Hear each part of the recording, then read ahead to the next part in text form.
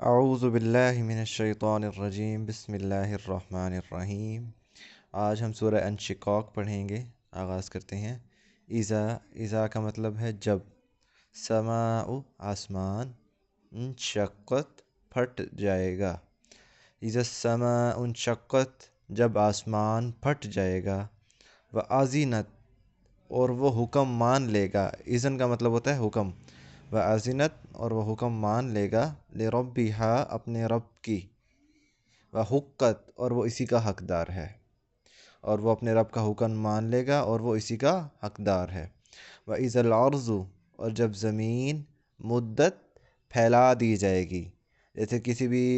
ربڑی چیز کو کھینچ کے الانگیٹ نہیں کر دیا جاتا، پھیلا دیا جاتا ہے، لمبا کر دیا جاتا ہے، تو وہ وَإِذَا الْأَرْضُ مدت جب زمین کو پھیلا دیا جائے گا، وَأَلْقَتْ مَا فِيهَا وَأَلْقَتْ اور نکال دے گی،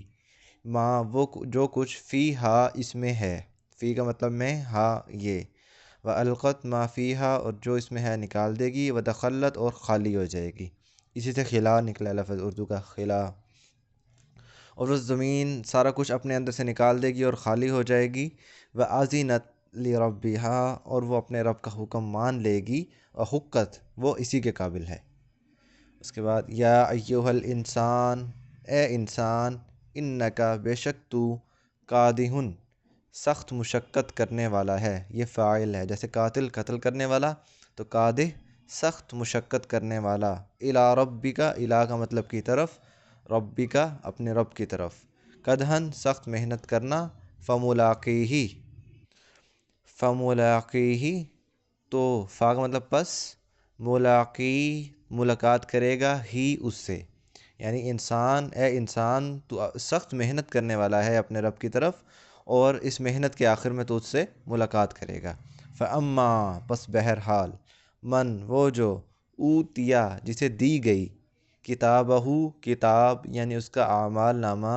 بیمینہ اس کے دائیں ہاتھ میں، یمین کہتے ہیں دائیں ہاتھ میں، فسوفا پس ان قریب، یحاسبو اس کا محاسبہ کیا جائے گا، اس کا حساب لیا جائے گا، حسابًا یسیرا،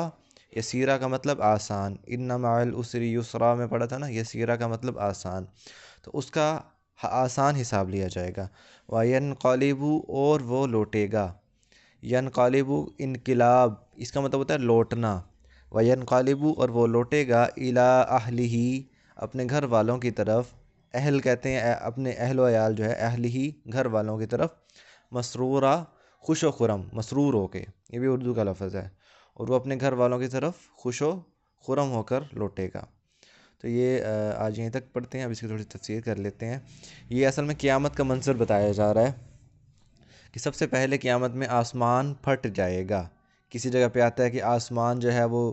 لال ہو جائے گا، سرخ بالکل آگ کے انگارے، کسی میں مطلب اس طرح مختلف مضامین میں مختلف بیان کیا گیا ہے۔ وَأَذِنَتْ لِرَبِّهَا وَحُقَّتْ اتنا بڑا آسمان ہے جو بغیر ستونوں کے کھڑا ہے، لیکن اس کے باوجود وہ کسی نہ کسی کا فرما بردار ہے، کسی نہ کسی کا حکم ماننے والا ہے، تو اللہ تعالیٰ نے کہا وہ حکم مان لے گا اور وہ اسی کا حقدار ہے۔ وَإِذَا الْأَرْضُ مُدَّتْ اور جب زمین پھیلا دی جائے گی، قیامت میں، قیامت کے دن،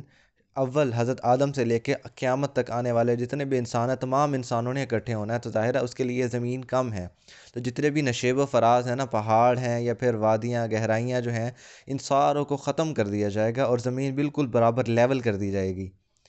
تو یا لیول بھی کر دی جائے گی اور کھینچ دیا جائے گا اسے، جیسے الانگیٹ کیا جاتا ہے نا کسی پلاسٹک یا ربڑ کی چیز کو، تو ایسے زمین کو کھینچ کے لمبا کر دیا جائے گا تاکہ تمام انسان اس میں سما جائیں۔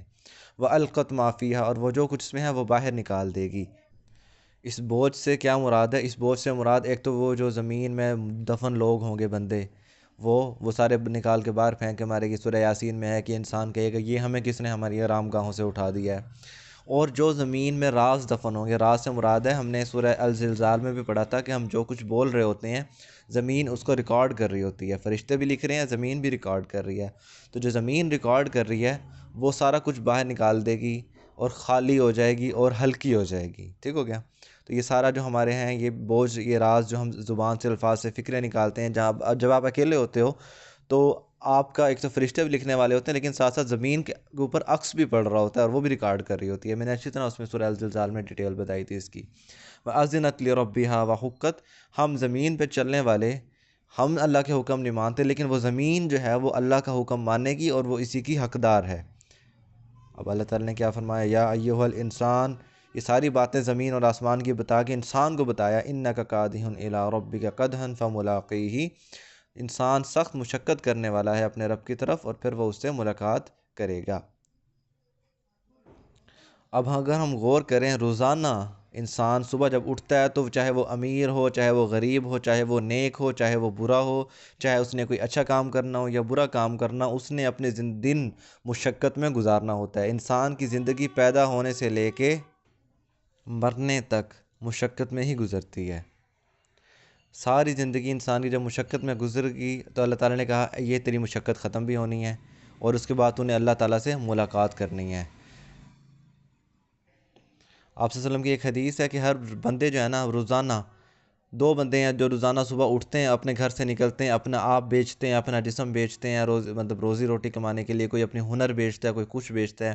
جب رات کو واپس آتے ہیں، ایک بندہ اپنے لیے جنت کما لاتا ہے اور ایک بندہ اپنے لیے دوزخ کما لاتا ہے۔ تو یہی بات یہاں پہ کی گئی ہے کہ ہم نے مشقت کرنی ہے، چاہے ہم مشقت آخرت کے حساب سے کریں یا دنیا کے حساب سے۔ ظاہر ہے جس بندے کو دنیا کا لالچ ہے وہ ظاہر دنیا کے حساب سے محنت کرے گا، اور اس محنت کا انجام افسوس اسے یہ ملے گا کہ جب آخرت میں جب مرے گا تو یہ ساری کی ساری محنت کامیابی اس کے کسی کام نہیں آنے والی۔ اب اللہ تعالیٰ نے بتایا ہے اس کا اب کیا کرنا ہے، فَأَمَّا مَنْ أُوتِيَ كِتَابَهُ بِيَمِينِهِ، جس کا اعمال نامہ اس کے دائیں ہاتھ میں دیا جائے گا۔ اس کی تفسیر ہم باقی اگلے پارٹ میں کریں گے انشاءاللہ۔ وَمَا عَلَيْنَا إِلَّا الْبَلَاغُ الْمُبِينُ۔